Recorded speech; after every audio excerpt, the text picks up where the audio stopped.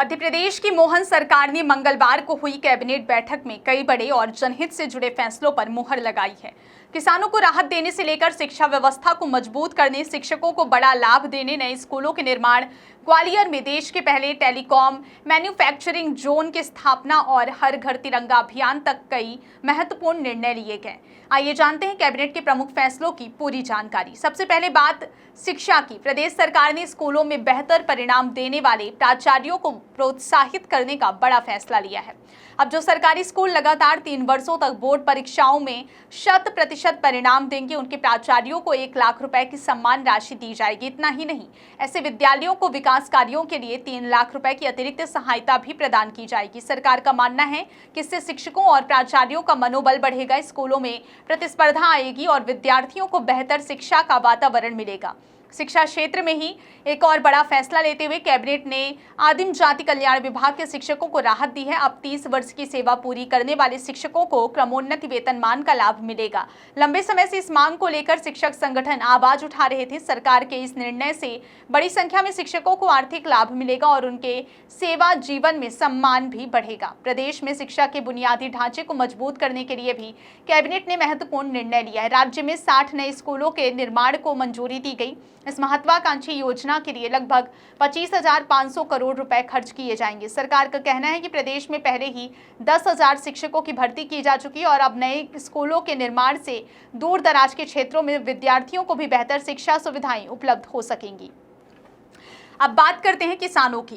Cabinet ने defaulter किसानों को राहत देने के लिए कवच योजना को मंजूरी दे दी है। यह योजना उन किसानों के लिए बड़ी राहत लेकर आई है जो अपेक्स बैंक से लिए गए ऋण के कारण परेशान थे। बताया गया है कि सहकारी समितियों के प्रबंधकों की अनियमितताओं के चलते करीब 5,000 किसान कर्ज के जाल में फंस गए थे। सरकार अब कवच योजना के माध्यम से ऐसे किसानों को राहत देने की दिशा में काम करेगी, जिससे उन्हें आर्थिक संकट से बाहर निकलने में मदद मिलेगी। सरकार का कहना है कि किसानों के हितों की रक्षा उसकी सर्वोच्च प्राथमिकता है। औद्योगिक विकास के क्षेत्र में भी मध्य प्रदेश को बड़ी उपलब्धि मिलने जा रही है। ग्वालियर में देश का पहला टेलीकॉम मैन्युफैक्चरिंग जोन स्थापित किया जाएगा। इस परियोजना के लिए भारत सरकार के साथ MOU भी हो चुका है। लगभग 350 एकड़ क्षेत्र में बनने वाले इस जोन में मोबाइल उपकरणों के निर्माण के साथ साथ 5G और 6G तकनीक पर रिसर्च और डेवलपमेंट का कार्य भी किया जाएगा। परियोजना के पहले चरण के लिए 493 करोड़ रुपए की स्वीकृति दी गई है, जबकि राज्य सरकार 170 एकड़ जमीन निःशुल्क उपलब्ध कराएगी,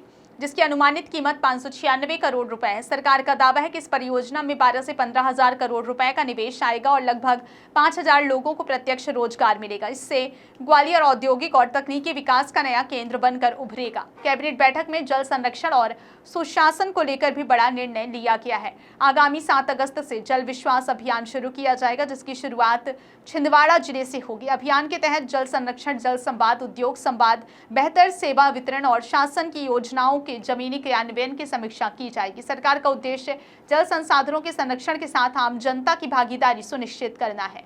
वहीं स्वतंत्रता दिवस के उपलक्ष्य में इस वर्ष भी हर घर तिरंगा अभियान 9 अगस्त से 17 अगस्त तक चलाया जाएगा।